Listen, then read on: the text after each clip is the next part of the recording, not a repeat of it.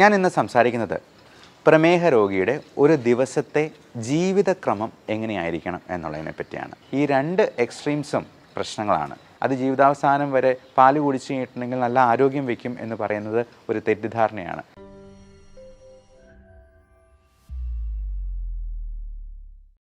പ്രമേഹ രോഗിയുടെ ഒരു ദിവസത്തെ ഭക്ഷണക്രമം എങ്ങനെയായിരിക്കണം എന്ന് നിങ്ങൾക്ക് പലർക്കും പല ലഘുലേഖകളായിട്ട് കിട്ടിയിട്ടുണ്ടാവാം. ഞാൻ ഇന്ന് സംസാരിക്കുന്നത് പ്രമേഹ രോഗിയുടെ ഒരു ദിവസത്തെ ജീവിതക്രമം എങ്ങനെയായിരിക്കണം എന്നുള്ളതിനെ പറ്റിയാണ്. ഭക്ഷണം മാത്രമല്ല, ജീവിത രീതിയും വളരെ വളരെ പ്രധാനമാണ്. ഒരാൾക്ക് പ്രമേഹം ഉണ്ട് എന്ന് കണ്ടെത്തിയെന്നാൽ അത് ഒരു 200-ലും കൂടുതൽ ഷുഗർ ലെവൽ നിൽക്കുന്നുണ്ട്, HbA1c ഒരു 7-ന് മുകളിലുണ്ട് എന്നുണ്ടെങ്കിൽ നമ്മൾ അപ്പോൾ മുതൽ പാലിക്കേണ്ടതായിട്ടുള്ള ചില രീതികളുണ്ട്, ജീവിതക്രമങ്ങളുണ്ട്. അപ്പോൾ അതുവഴി നമ്മുടെ ആരോഗ്യം മോശമാകാതെ സംരക്ഷിക്കാനും നമുക്ക് കോംപ്ലിക്കേഷൻസിലേക്ക് എത്തിപ്പെടാതിരിക്കാനും പ്രത്യേകമായിട്ട് ശ്രദ്ധിക്കാം. ഏറ്റവും പ്രധാനം, നമ്മുടെ ജീവിതത്തിലെ ഈ പരക്കം പാച്ചിലുണ്ടല്ലോ, അതല്പം ഒന്ന് കുറയ്ക്കണം. പലപ്പോഴും നമ്മൾ പണമുണ്ടാക്കാൻ വേണ്ടി ഭയങ്കരമായിട്ടങ്ങ് സ്ട്രെയിൻ എടുത്ത് ഭയങ്കര സ്ട്രെസ്ഫുള്ളായിട്ടുള്ള ഒരു ലൈഫ് ലീഡ് ചെയ്യുന്നവരായിരിക്കാം. അപ്പോൾ ഇങ്ങനെയുള്ള അസുഖങ്ങളൊക്കെ അതിൻ്റെ തുടക്കത്തിൽ തന്നെ കാണുമ്പോൾ നമ്മൾ ലൈഫിനെ കുറച്ചുകൂടി ഒന്ന് സിമ്പിളാക്കാൻ ശ്രമിക്കുക. നമ്മൾ ഒരുപാടൊന്നും ഓടണ്ട, ഒരുപാടൊന്നും സമ്പാദിച്ച് വയ്ക്കുകയും വേണ്ട, കടമൊന്നും ഇല്ലാത്ത രീതിയിൽ നമുക്ക് സുഭിക്ഷമായിട്ടങ്ങ് ജീവിച്ച് പോകാമെന്നുണ്ടെങ്കിൽ നമ്മൾ ഒത്തിരി സ്ട്രെയിൻ എടുക്കാൻ പോകാതിരിക്കുക എന്നുള്ളതാണ് ഏറ്റവും നല്ലത്. ചില ആൾക്കാരുണ്ട്, എന്നാൽ നേരെ തിരിച്ച് ഒരു പണിയും ചെയ്യില്ല, മഹാമടിയന്മാരായിട്ട് കഴിയുന്നവർ. അങ്ങനെയുള്ളവർ ആ രീതിയും മാറ്റിപ്പിടിക്കണം. കാരണം ഈ രണ്ട് എക്സ്ട്രീംസും പ്രശ്നങ്ങളാണ്. നമുക്ക് എൻജോയ് ചെയ്ത് ചെയ്യാവുന്ന ജോലികൾ എന്തും നമുക്ക് ചെയ്യാൻ പറ്റണം. കൃഷിപരമായിട്ടുള്ള കാര്യങ്ങളിൽ നമുക്ക് നമ്മുടെ മനസ്സിൻ്റെ സ്ട്രെസ്സ് ഉയർത്താത്ത രീതിയിലുള്ള വലിയ കട്ടിപ്പണിയോ ഭാരിച്ച ജോലികളോ ഉത്തരവാദിത്തങ്ങളോ ഒന്നും ഏറ്റെടുക്കേണ്ട വരുന്നില്ല. നമുക്ക് ആസ്വദിച്ച് ചെയ്യാവുന്ന എന്ത് പണിയാണെങ്കിലും നമുക്ക് ചെയ്യാം. അതെപ്പോൾ നമ്മുടെ സ്ട്രെസ് ലെവൽ ഉയർത്തുന്ന ഒരു ഘട്ടത്തിലേക്ക് വരുന്നു എന്ന് തോന്നുന്നു, നമുക്ക് അവിടെ വെച്ചത് നിർത്താം. അതിന് താഴെയുള്ള ജോലി മാത്രം ചെയ്താൽ മതി. അപ്പോൾ രാവിലെ ഒരു 6 മണിക്കെങ്കിലും എണീക്കുക എന്നുള്ളതാണ് ഒരു പ്രമേഹ രോഗി അല്ലെങ്കിൽ ഇതുപോലെ ജീവിതശൈലി രോഗങ്ങളുള്ള ഏതൊരാളും ചെയ്യേണ്ടത്. 6-6:30 വരെ കിടന്നുറങ്ങുന്നതിനും കുഴപ്പമില്ല. എത്രയും നേരത്തെ കിടന്നുറങ്ങുക, എന്നിട്ട് നേരത്തെ എണീക്കുക എന്നുള്ളതാണ് നല്ലത്. അപ്പോൾ പ്രഭാത കർമ്മങ്ങളും പ്രാർത്ഥനയും ഒക്കെ കഴിഞ്ഞിട്ട് നമുക്കൊരു അരമണിക്കൂർ പുറത്ത് പ്രകൃതിയിലേക്കൊന്ന് ഇറങ്ങി അവിടുത്തെ കാഴ്ചകളൊക്കെ ഒന്ന് കണ്ട് ഒരു അരമണിക്കൂർ ചെറിയൊരു നടത്തം ആകുന്നത് വളരെ നന്നായിരിക്കും. നമുക്ക് പോസിറ്റീവ് എനർജി കിട്ടാനും. നമുക്കറിയാം, ഈ രാവിലെ സമയങ്ങളിലാണ് കിളികളൊക്കെ അവരുടെ ജോലിക്കായിട്ട് പോകുന്നത്.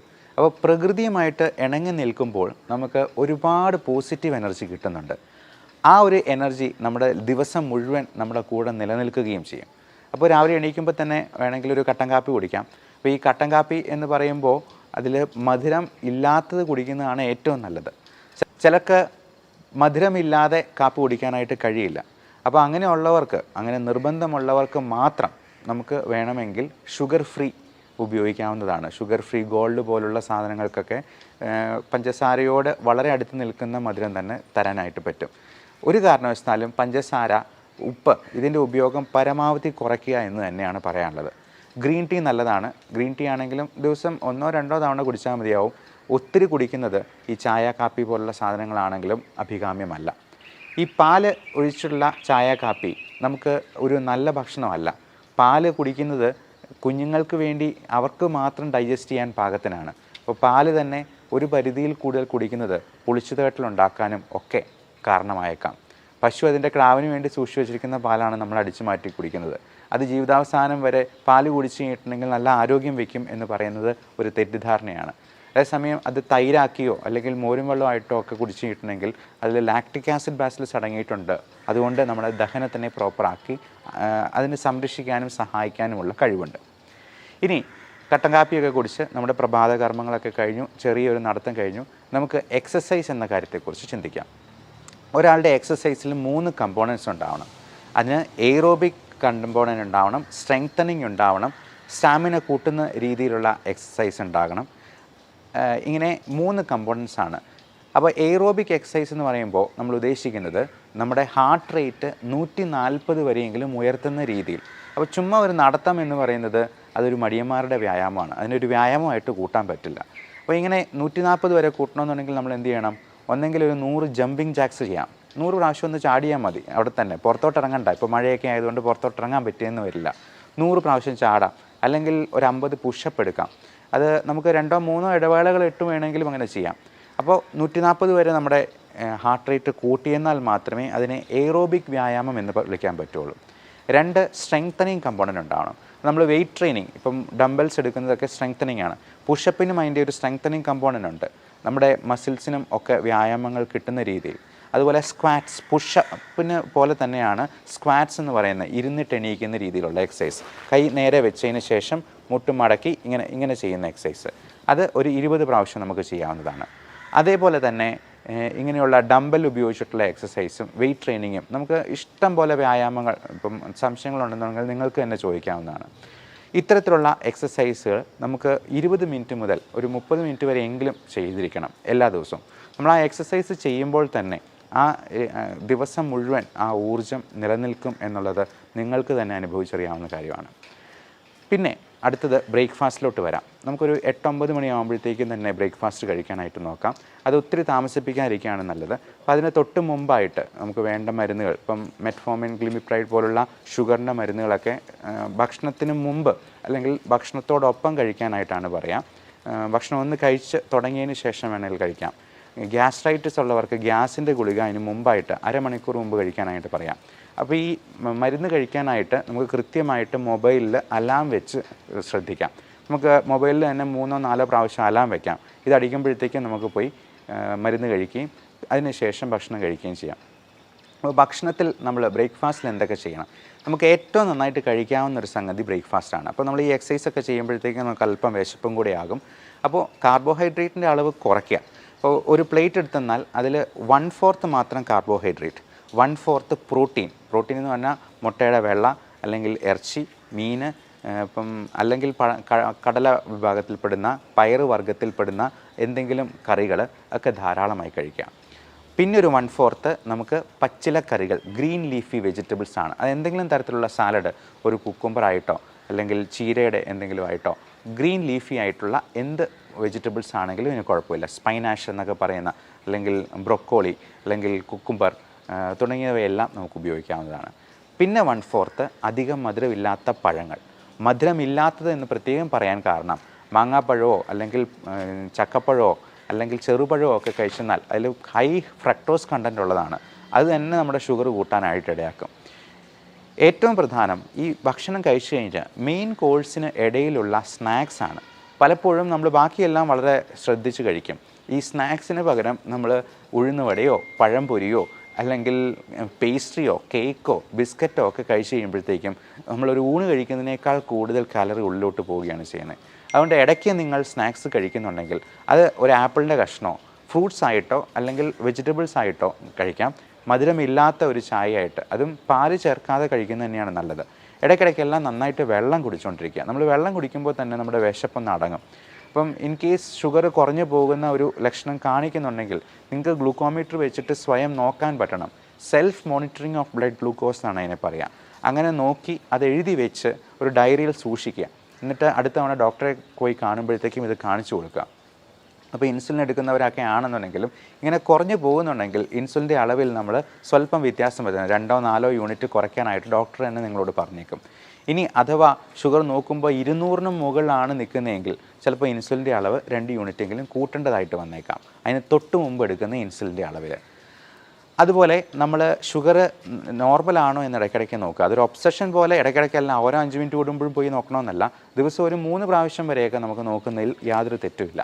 അത് കൂടുതലായിട്ട് നിൽക്കുന്നുണ്ടെന്നുണ്ടെങ്കിൽ നിങ്ങൾ ഡോക്ടറോട് ചോദിച്ച് മരുന്നുകളിൽ വേണ്ട അഡ്ജസ്റ്റ്മെൻറ്റുകൾ നടത്തുക. ഇപ്പം ചിലപ്പോൾ ചില മരുന്നുകൾ കൊണ്ട് കൺട്രോൾ ആയില്ലെങ്കിൽ വളരെ പുതിയ രീതിയിലുള്ള മരുന്നുകൾ ഇപ്പോൾ അവൈലബിൾ ആണ്. SGLT2 ഇൻഹിബിറ്റേഴ്സ്, DPP4 ഇൻഹിബിറ്റേഴ്സ് എന്നൊക്കെ പേരുള്ള, ഇപ്പം ഗ്ലിപ്റ്റിൻ എന്ന വാലുള്ള, ഗ്ലിഫോസിൻ എന്ന വാലുള്ള മരുന്നുകൾ ഇപ്പോൾ അവൈലബിൾ ആണ്. അതെല്ലാം നമുക്ക് അവരുടെ ഡോക്ടറുടെ നിർദ്ദേശപ്രകാരം നമുക്കൊന്ന് മാറ്റി അത് ഹൃദയത്തിൻ്റെ ആരോഗ്യത്തെ സംരക്ഷിക്കുന്ന, കിഡ്നിക്കും ലിവറിനും ഒന്നും യാതൊരുവിധ ടോക്സിസിറ്റിയും ഉണ്ടാക്കാത്ത രീതിയിലുള്ള മരുന്നുകൾ ഇന്ന് അവൈലബിൾ ആണ്. ഇനി ജോലിക്ക് പോകുന്ന ആൾക്കാർ, ഇപ്പം ജോലിക്ക് പോകുമ്പോഴത്തേക്കും നമ്മൾ ഈ ട്രാഫിക്കും അങ്ങനെയുള്ള കാര്യങ്ങളൊക്കെ ഉള്ളതുകൊണ്ട് ഇതെല്ലാം നമ്മുടെ സ്ട്രെസ് ലെവലെ ഉയർത്താൻ സാധ്യതയുണ്ട്. അപ്പം നമ്മുടേതൊരു സിമ്പിൾ ലൈഫ് ആകാനായിട്ട് സിംപ്ലിസിറ്റിയാണ് നമുക്ക് ഏറ്റവും വലിയ, സിംപ്ലിസിറ്റിയാണ് ഏറ്റവും നല്ല സോഫിസ്റ്റിക്കേഷൻ എന്ന് പറയാറുണ്ട്. അതായത് സോഫിസ്റ്റിക്കേഷന് വേണ്ടി നമുക്ക് ഏറ്റവും സിമ്പിളാകാൻ പറ്റുമോ അത്രയും സിമ്പിളാവുക എന്നുള്ളതാണ്. അപ്പോൾ ഇപ്പോൾ ജോലിക്ക് പോകുന്നതാണെന്നുണ്ടെങ്കിലും നമ്മൾ ഓട്ടിപ്പിടിച്ച് ബസ്സിലൊക്കെ കയറി പിടിച്ച് പോകുന്നതിനേക്കാളും നമുക്ക് സ്വതന്ത്രമായിട്ട് ഇച്ചിരി ഒരു 5 മിനിറ്റ് നേരത്തെ ഇറങ്ങിയിട്ടാണെങ്കിലും നമ്മൾ തിടുക്കം കൂട്ടാതെ വളരെ സാവധാനം വണ്ടി ഓടിച്ചാട്ടുന്നതാണെങ്കിലും ജോലി സ്ഥലത്തെത്തുക. ജോലിയിലാണെങ്കിലും അധികം സ്ട്രെസ് ഉണ്ടാക്കാത്ത രീതിയിൽ അതിനെ പരിമിതപ്പെടുത്താനായിട്ട് നമുക്ക് കഴിയണം. മാത്രമല്ല ഈ ജോലിക്കിടയിൽ നമുക്ക് ടെൻഷൻ ഉണ്ടാക്കുന്ന സംഗതികൾ ഉണ്ടാകുമ്പോഴത്തേക്കും അതിനെ ഒന്ന് ലഘൂകരിക്കാൻ പറ്റിയ രീതികളും നമുക്ക് വേണമെങ്കിൽ ജോലിയിൽ തന്നെ ക്രമീകരിക്കാവുന്നതാണ്. പലപ്പോഴും വലിയ കോർപ്പറേറ്റ് കമ്പനികളൊക്കെ അവരുടെ ജോലി സ്ഥലം ഏറ്റവും മനോഹരമാക്കി വെക്കുന്നതിൻ്റെ കാര്യം ഇതാണ്. കാരണം ജോലിസ്ഥലത്ത് ഏറ്റവും നന്നായിട്ട് കൂടുതൽ സമയം ചെലവഴിക്കാനായിട്ട് അവരുടെ എംപ്ലോയീസിനെ പ്രാപ്തമാക്കുന്ന രീതിയിൽ അതിനെ മോഡിഫൈ ചെയ്യുകയാണ് ചെയ്യുന്നത്. അപ്പോൾ പലപ്പോഴും ഞങ്ങളുടെ ക്ലിനിക്കിലോ ഹോസ്പിറ്റലിലൊക്കെ ആണെന്നുണ്ടെങ്കിലും ചെറിയൊരു പാട്ട് വയ്ക്കും, ചിലപ്പോൾ ടി വി വയ്ക്കും. അപ്പോൾ ടി വിയിലെ ഒരു പാട്ടോ മ്യൂസിക്കോ ഒക്കെ പ്ലേ ചെയ്യുമ്പോഴത്തേക്കും നമ്മൾ പോലും അറിയാതെ കൂടുതൽ ഊർജ്ജത്തോടു കൂടി നമുക്ക് ജോലി ചെയ്യാനായിട്ട് കഴിയും. ചില സർജന്മാരൊക്കെ ആണെന്നുണ്ടെങ്കിൽ അല്ലെങ്കിൽ ഞങ്ങൾ പ്രൊസീജിയർ ചെയ്യുമ്പോൾ ബ്രോങ്കോസ്കോപ്പി എൻഡോസ്കോപ്പി ഒക്കെ ചെയ്യുമ്പോഴത്തേക്കും സൈഡിലൊരു ചെറിയ പാട്ടും വയ്ക്കും. അപ്പോൾ പാട്ട് വയ്ക്കുമ്പോഴത്തേക്കും നമ്മുടെ സ്ട്രെസ്സിനെ ഒന്ന് കുറയ്ക്കാനായിട്ട് അതിന് അത്ഭുതകരമായിട്ടുള്ള ഒരു കഴിവുണ്ട്. അതുപോലെ നമ്മൾ വർക്ക് ഇൻ സ്റ്റൈൽ എന്ന് പറയും. ചില സർജൻസൊക്കെ ആണെന്നുണ്ടെങ്കിൽ അവർ ഈ സർജറി ചെയ്യുന്നതിൻ്റെ ഇടയിൽ കത്രികയൊക്കെ ഇങ്ങനെ തിരിക്കുന്നത് ഒരു സ്റ്റൈലിൽ നമ്മുടെ രജനീകാന്ത് തിരിക്കുന്ന പോലെ ഇങ്ങനെ തിരിച്ച് കാണിക്കാറൊക്കെ ഉണ്ട്. അതുപോലെ അവർ സർജറി കഴിഞ്ഞെന്നാൽ ഗ്ലൗസ് ഊരിയിട്ട് ഇങ്ങനെ ഒരു ആക്ഷൻ കൊണ്ട് ഗ്ലൗസ് നേരെ പോയി വേസ്റ്റ് ബിന്നിൽ പോയി വീഴുന്ന രീതിയിൽ ഒരു സ്റ്റൈൽ കാണിക്കാറുണ്ട്. അപ്പോൾ ഇങ്ങനെയുള്ള സ്റ്റൈലുകളും തമാശകളും ഒക്കെ നമ്മുടെ ജോലി ഭാരത്തെ കുറയ്ക്കുന്ന രീതിയിൽ, അപ്പോൾ ഒരിക്കലും നമ്മുടെ ജോലിയെ കോംപ്രമൈസ് ചെയ്തുകൊണ്ടല്ല, പേഷ്യൻസിന് എന്തെങ്കിലും പ്രശ്നം ഉണ്ടാകുമ്പോൾ നമുക്ക് ഈ പറഞ്ഞ പോലെ സ്റ്റൈൽ കാണിച്ചുകൊണ്ട് നിൽക്കാനൊന്നും കഴിയില്ല. അപ്പോൾ എത്രമാത്രം സ്ട്രെസ്സ് കുറയ്ക്കാൻ പറ്റുന്ന രീതിയിൽ അത് എൻജോയ് ചെയ്യാൻ പറ്റുമെന്നുള്ളത് ഓരോരുത്തരുടെയും കയ്യിലിരിക്കുന്ന കാര്യങ്ങളാണ്. അപ്പം ചിലപ്പോൾ നമുക്ക് ഒരു ക്ലീനിങ് ജോലി ചെയ്യുന്ന ഒരാൾക്ക് പോലും ആ ജോലി ഏറ്റവും ഭംഗിയായിട്ട് എൻജോയ് ചെയ്യാം, ആ ക്ലീനിങ് പ്രോസസ്സിനെ ഏറ്റവും ആസ്വദിക്കാം. അപ്പോൾ ഏറ്റവും നന്നായി ആസ്വദിച്ച് ചെയ്യുക എന്നുള്ളതാണ് നമ്മുടെ മാനസികാരോഗ്യത്തിനും ശാരീരികാരോഗ്യത്തിനും ഹെൽപ്പ് ചെയ്യുന്ന ഏറ്റവും നല്ല രീതി. അടുത്ത് നമുക്ക് ഉച്ചഭക്ഷണത്തെ പറ്റി നോക്കാം. ഈ ഉച്ചഭക്ഷണവും ഡിന്നറും നമുക്ക് പരമാവധി കാർബോഹൈഡ്രേറ്റ്സിനെ കുറച്ച് നിർത്തിക്കൊണ്ട് പ്രോട്ടീൻ കൂടുതലാക്കുകയും അതുപോലെ വെജിറ്റബിൾസും ഫ്രൂട്ട്സും കൂടുതൽ ആഡ് ചെയ്യുകയും ചെയ്യാം. ഇപ്പോൾ ചോറ് ഉപയോഗിക്കുന്നുണ്ടെങ്കിൽ തവിടുള്ള ചോറ് ഉപയോഗിക്കാം. അത് ഏറ്റവും കുറഞ്ഞ് ഞാൻ നേരത്തെ പറഞ്ഞ പോലെ ഈ പ്ലേറ്റ് മെത്തേഡ് ഉപയോഗിച്ച് 1/4 മാത്രം കാർബോഹൈഡ്രേറ്റ്സ്, അത് ഏറ്റവും തവിടുള്ള അരി കൊണ്ടുള്ള ചോറാണ് ഏറ്റവും ഉത്തമം. അതുപോലെ ചപ്പാത്തി ആണെന്നുണ്ടെങ്കിലും നമ്മൾ 2-3 ചപ്പാത്തി അതിൽ കൂടുതൽ കഴിക്കുന്നത് തീർച്ചയായിട്ടും അതുകൊണ്ട് ഉണ്ടാകുന്ന അഡ്വാൻറ്റേജസിനേക്കാൾ ദൂഷ്യങ്ങൾ തന്നെയാണ് ഉണ്ടാവുക. നമ്മൾ ചോറ് ഒഴിവാക്കിയിട്ട് 5 ചപ്പാത്തി കഴിച്ചെന്നാൽ അതുകൊണ്ട് പ്രത്യേകിച്ച് പ്രയോജനമൊന്നും ഇല്ല എന്ന് പറയാം. അപ്പോൾ കറികളാണെന്നുണ്ടെങ്കിൽ നേരത്തെ പറഞ്ഞ 1/4 പ്രോട്ടീൻസ്, 1/4 ഗ്രീൻ ലീഫി വെജിറ്റബിൾസ്, 1/4 മധുരമില്ലാത്ത പഴങ്ങൾ എന്നുള്ള രീതിയിൽ ക്രമീകരിക്കുക. ഇടയ്ക്കിടയ്ക്കെല്ലാം നന്നായിട്ട് വെള്ളം കുടിക്കുക. വൈകിട്ട് ഒരു ചായ ആകുന്നതിന് കുഴപ്പമില്ല. ചായയുടെ കൂടെ സ്നാക്സ് വേണമെന്നുണ്ടെങ്കിൽ പഴം പുഴുങ്ങിയതിൻ്റെ ഒരു പകുതി, അധികം പഴുത്തതല്ലാത്ത പഴത്തിൻ്റെ ഒരു പകുതി, പിന്നെ മധുരമില്ലാത്ത ബിസ്ക്കറ്റ്, ഫൈബർ കണ്ടൻറ്റുള്ള ബിസ്ക്കറ്റ്, ഇതൊക്കെ കൂടുതലായിട്ട് ഡയബറ്റിക് രോഗികൾക്കും കഴിക്കാവുന്നതാണ്. ഉപ്പിൻ്റെ അളവ് പരമാവധി കുറയ്ക്കുക. ഉണക്കമീൻ, അച്ചാറ്, പപ്പടം തുടങ്ങിയ സാധനങ്ങളെല്ലാം ഉപ്പിൻ്റെ അംശം കൂടുതലായിട്ട് കൂട്ടാനായിട്ട് സാധ്യതയുണ്ട്. ഇത് തന്നെ BP-ക്കും ഷുഗറിനും ഒക്കെ ആകെ മൊത്തമുള്ള നീർക്കെട്ട് ഉണ്ടാക്കാനായിട്ടും അത് സാധ്യതയുണ്ട് എന്നുള്ളത് കൊണ്ട് ഉപ്പും പഞ്ചസാരയും പരമാവധി കുറച്ച് നിർത്തുക തന്നെ ചെയ്യാം. അപ്പോൾ വൈകുന്നേരം നമ്മൾ ഒത്തിരി ലേറ്റായിട്ട് വർക്ക് ചെയ്ത് ഒത്തിരി ലേറ്റായി ക്ഷീണിച്ച് ചെല്ലുന്നതിനേക്കാൾ നല്ലത് നമുക്ക് ഒരു 6 മണിയോടുകൂടി തന്നെയെങ്കിലും നമ്മുടെ ജോലികൾ അവസാനിപ്പിച്ച് വീട്ടിലെത്തി ഒരു ക്വാളിറ്റി ടൈം സ്പെൻഡ് ചെയ്യാനായിട്ട്, ഒരു കുളിയൊക്കെ കഴിഞ്ഞിട്ട് നമുക്ക് കുറച്ച് നേരം വേണമെങ്കിൽ ഒന്ന് പുറത്തുകൂടി ഒന്ന് നടക്കാം. ഇനി ഒരു സിനിമ കാണണമെന്നുണ്ടെങ്കിൽ അങ്ങനെ ആകാം. അപ്പം സിനിമ കാണുമ്പോഴും നമുക്ക് TV കാണുമ്പോഴും ഒക്കെ നമ്മൾ ഈ സോഫയിലിരുന്ന് വെറുതെ ഇരുന്ന് കാണുന്നതിനേക്കാൾ നല്ലത് നമുക്കൊരു ട്രെഡ്മില്ല് ഉണ്ടെന്നുണ്ടെങ്കിൽ അത് TVയുടെ മുമ്പിൽ തന്നെ പ്ലേസ് ചെയ്യുക എന്നുള്ളതാണ്. അപ്പോൾ നടന്നുകൊണ്ട് തന്നെ നമുക്ക് സിനിമ കാണാം, ചെറിയ എക്സസൈസ് ചെയ്തുകൊണ്ട് തന്നെ സിനിമ കാണാം. സുംബ ഡാൻസിങ് പോലുള്ള കാര്യങ്ങൾ പ്രാക്ടീസ് ചെയ്യാം. ഡാൻസ് പ്രാക്ടീസ് ചെയ്യുന്നതും കുട്ടികളുടെ കൂടെ കളിക്കുന്നതും ഒക്കെ ഒരു ചെറിയ മോഡറേറ്റ് ആക്ടിവിറ്റി ആയിട്ട് തന്നെ നമുക്ക് കണക്കാക്കാം. ഉച്ചയുറക്കം പലപ്പോഴും 2-3 മണിക്കൂറൊക്കെ ഉറങ്ങിക്കഴിഞ്ഞാൽ രാത്രി നമുക്ക് നിദ്രാദേവത തിരിഞ്ഞു നോക്കുക പോലും ഉണ്ടാകുന്നില്ല. അതുകൊണ്ട് ഉച്ച കഴിഞ്ഞുള്ള ഉറക്കം ഒരു അരമണിക്കൂർ മാത്രമായിട്ട് പരിമിതപ്പെടുത്തുക. അങ്ങേയറ്റം ഏറിപ്പോയെന്നാൽ 1 മണിക്കൂർ, അതിൽ കൂടുതൽ ഉറങ്ങുന്നത് നല്ലതല്ല. നമ്മുടെ എനർജി ലെവൽ കുറച്ച് കളയാനാണ് അത് സാധ്യത ഉണ്ടാക്കുക. അതുകൊണ്ട് ഈ short time nap, power nap എന്നാണ് നമ്മളതിനെ പറയുക, അത് അരമണിക്കൂറായിട്ട് നിർത്തുക. ഇപ്പം ജോലി സ്ഥലത്ത് അതിന് പറ്റുന്ന സാഹചര്യങ്ങളുണ്ടെങ്കിൽ മാത്രം മതി. അതിൽ കൂടുതൽ ഉറങ്ങാതിരിക്കുക എന്നുള്ളതാണ് അഭികാമ്യം. പിന്നെ രാത്രിയിലുള്ള ഉറക്കം, രാത്രി നമ്മൾ ഈ ഗാഡ്ജറ്റ്സിൻ്റെ ഉപയോഗം ഒരു 8 മണിക്ക് മുമ്പെങ്കിലും നിർത്തുന്നതാണ് നല്ലത്, അങ്ങേയറ്റം 9 മണി വരെ. അതിനുശേഷം നമ്മൾ ഞെട്ടിപ്പിക്കുന്ന വാർത്തകളും ന്യൂസുകളും ന്യൂസ് ചാനലുകളും പത്രങ്ങൾ പോലും വായിക്കുന്നത് അത്ര നല്ലതായിരിക്കില്ല. നമ്മുടെ ഉറക്കത്തിലേക്ക് തള്ളിവിടുന്ന, നമ്മൾ അടുത്ത പ്ലാനുകളും പദ്ധതികളും ഒക്കെ വെച്ച് ഒരുപാട് സ്ട്രെസ്ഡ് ഔട്ട് ആകുന്നതിനേക്കാൾ നല്ലത് നമുക്കൊരു അഫർമേഷൻ ടെക്നിക്ക്, നമുക്ക് ഈ ഇമേജിങ് ടെക്നിക്കൊക്കെ ഉപയോഗിച്ചുകൊണ്ട് നല്ലൊരു ജീവിതത്തെപ്പറ്റി സ്വപ്നം കണ്ടുകൊണ്ട് ഉറങ്ങുന്നതാണ്. ഒരിക്കലും ഒത്തിരി ആവലാതികൾ, കഴിഞ്ഞ ദിവസം വന്ന ഒരു മനുഷ്യൻ പറഞ്ഞത്, ഒരു പേന കാണാതെ പോയി കഴിഞ്ഞാൽ പോലും എനിക്ക് ടെൻഷനാണ് എന്ന്. കുഞ്ഞു കുഞ്ഞു കാര്യങ്ങളെ നമുക്ക് അതിൻ്റെ പാട്ടിന് വിടുക, നമ്മളത് അങ്ങ് മനഃപൂർവ്വം മറന്നു കളയുക.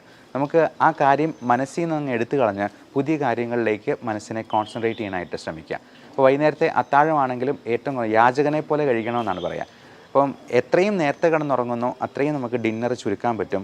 ഒരു ദിവസം ഡിന്നർ ഒഴിവാക്കിയാൽ തന്നെ നമുക്ക് 200 ഗ്രാംസ് ബോഡി വെയിറ്റ് കുറയ്ക്കാം. പിറ്റേ ദിവസം നമ്മൾ ഡെസിമൽ പ്ലേസസും കൂടെയുള്ള ഒരു ബോഡി വെയിറ്റ് ബാലൻസ് നോക്കിയെന്നാൽ അറിയാം, അതിൽ 0.2 കിലോഗ്രാംസ് കുറവായിരിക്കും, 200 ഗ്രാംസ് കുറവായിരിക്കും. അപ്പോൾ അങ്ങനെ നമ്മൾ ഇപ്പോൾ ഒരു ടാർഗറ്റ് വയ്ക്കുക. നമുക്കറിയാം പൃഥ്വിരാജിനെ പോലുള്ള നടന്മാരൊക്കെ ആടുജീവിതത്തിന് വേണ്ടി എത്ര വെയിറ്റാണ് കുറച്ചിരിക്കുന്നത്. അപ്പോൾ അവർ എന്തുമാത്രം ഹാർഡ് വർക്ക് അതിന് വേണ്ടി കൊടുത്തിട്ടുണ്ടാവാം. അപ്പോൾ ഇത്രയും പ്രായമുള്ള ഒരാൾക്കും ഈ ബോഡി വെയിറ്റ് കുറയ്ക്കാൻ പറ്റുമെങ്കിൽ, പൃഥ്വിരാജിന് 40 വയസ്സ് അടുപ്പിച്ച് പ്രായമാകുന്നു, അപ്പം അദ്ദേഹത്തിന് അങ്ങനെ പറ്റിയെന്നുണ്ടെന്നുണ്ടെങ്കിൽ എന്തുകൊണ്ടും ബാക്കിയുള്ളവർക്കും പറ്റില്ല. അപ്പോൾ ഇങ്ങനെയുള്ള ആൾക്കാരെ നമ്മൾ ഒരു മാതൃകയായിട്ട് സ്വീകരിച്ചുകൊണ്ട് നമുക്ക് ഡിന്നർ ഒഴിവാക്കാൻ പറ്റുവാണെങ്കിൽ ഏറ്റവും നല്ലത്. അല്ലെങ്കിൽ 0 കാലറി ആയിട്ടുള്ള കുക്കുംബർ വെച്ചിട്ടുള്ള എന്തെങ്കിലും സാലഡ് വെച്ചിട്ട് അതിനെ നമുക്ക് കോമ്പൻസേറ്റ് ചെയ്യാനായിട്ട് നോക്കാം. ഇനി അത്രയും പറ്റിയില്ലെങ്കിൽ ചെറിയ രീതിയിൽ എന്തെങ്കിലും കാർബോഹൈഡ്രേറ്റ് കഴിച്ച് മുത്താറി പോലുള്ള എന്തെങ്കിലും ധാന്യങ്ങൾ കൊണ്ട് നമുക്കിതിനെ കോമ്പൻസേറ്റ് ചെയ്യാൻ പറ്റും. അപ്പോൾ പല ധാന്യങ്ങളും, പാല്, മുട്ട പോലുള്ള സാധനങ്ങൾ പോലും അലർജി ഉണ്ടാക്കാം, ഇൻടോളറൻസ് ഉണ്ടാക്കാം. ഇപ്പോൾ ഗോതമ്പിൻ്റെ അലർജിക്ക് ഗ്ലൂട്ടൻ ഇൻടോളറൻസ് എന്നും പാലിൻ്റെ അലർജിക്ക് മിൽക്ക് ഇൻടോളറൻസ് എന്നും നമ്മൾ വിളിക്കാറുണ്ട്. അപ്പോൾ ഇതൊക്കെ ഉണ്ടോ എന്നുള്ളത് കണ്ടുപിടിക്കുന്നത് വളരെയധികം നന്നായിരിക്കും. കാരണം പല ഓട്ടോ ഇമ്മ്യൂൺ ഡിസീസസിനും, ഈവൻ ജോയിൻറ്റ് പെയിൻ, ആമവാദം, സന്ധിവാദം തുടങ്ങിയ പ്രശ്നങ്ങൾക്കുമൊക്കെ ഈ പറയുന്ന ഫുഡ് ഇൻടോളറൻസ് ഒരു വലിയ കാരണമായിരിക്കും. അതിൻ്റെ ട്രിഗറിങ് ഫാക്ടർ നമ്മുടെ ഭക്ഷണത്തിൽ നിന്നായിരിക്കാം. അതുപോലെ നമ്മുടെ എൻവയൺമെൻറ്റൽ എക്സ്പോഷറിലുള്ള ഇപ്പം നായ, പട്ടി, പൂച്ച, മുയൽ തുടങ്ങിയ സാധനങ്ങളും പൊടിച്ചെള്ള്. ഇപ്പം എനിക്ക് അലർജി പാനൽ ടെസ്റ്റ് ചെയ്തപ്പോൾ എനിക്ക് 3 തരത്തിലുള്ള പൊടിച്ചെള്ളിനും 1 തരത്തിലുള്ള ഫംഗസിനും അലർജി ഉണ്ടായിരുന്നു. ഇതൊക്കെ നമ്മുടെ ചുറ്റുമുണ്ട്. അപ്പോൾ ഇത് നമ്മൾ ഈ 71 അലർജൻസിൻ്റെ ഒരു പാനൽ വെച്ചിട്ട് കയ്യിൽ വരച്ച് നോക്കി ഓരോന്നിൻ്റെയും റിയാക്ഷൻ കൃത്യമായിട്ട് അളന്ന് നോക്കി കണ്ടുപിടിക്കുന്ന ഒരു ടെസ്റ്റാണ്. അതിൽ ഒഴിവാക്കാൻ പറ്റാത്ത സംഗതികൾക്ക് ഇമ്മ്യൂണോതെറാപ്പി എന്ന് പറയുന്ന ഒരു ചികിത്സാ മാർഗം വഴി, നിങ്ങൾ കഴിഞ്ഞ ജൂലൈ 6-ാം തീയതിയിലത്തെ പത്രത്തിൽ ഫ്രണ്ട് പേജിൽ തന്നെ ഈ ഇമ്മ്യൂണോതെറാപ്പിയെ പറ്റിയൊരു വാർത്തയുണ്ട്. അത് ആ ഇമ്മ്യൂണോതെറാപ്പി വഴി ക്യാൻസർ പൂർണ്ണമായിട്ടും, സ്റ്റേജ് 4-ലായിരുന്ന ക്യാൻസർ പൂർണ്ണമായും സുഖപ്പെട്ട ഒരു ലേഡിയുടെ, ഒരു നേഴ്സായിരുന്നു അവർ. അപ്പം അവരുടെ ഒരു കഥയുണ്ട്, നിങ്ങൾക്ക് അതിൽ നിന്ന് നോക്കാവുന്നതാണ്. അപ്പോൾ ഇങ്ങനെയുള്ള പുതിയ നൂതനമായിട്ടുള്ള ചികിത്സാ മാർഗ്ഗങ്ങളുണ്ട്. ഇനി ചികിത്സയ്ക്ക് പോയില്ലെങ്കിലും നമുക്ക് എന്താണ് പറ്റാത്തത്, നമ്മുടെ ഭക്ഷണത്തിൽ എന്തൊക്കെ ഒഴിവാക്കണം എന്ന് കണ്ടുപിടിക്കാനെങ്കിലും ഇത്തരത്തിലുള്ള ടെസ്റ്റുകൾ നമ്മളെ സഹായിക്കും എന്ന് ഓർമ്മിപ്പിക്കുന്നു. Thank you.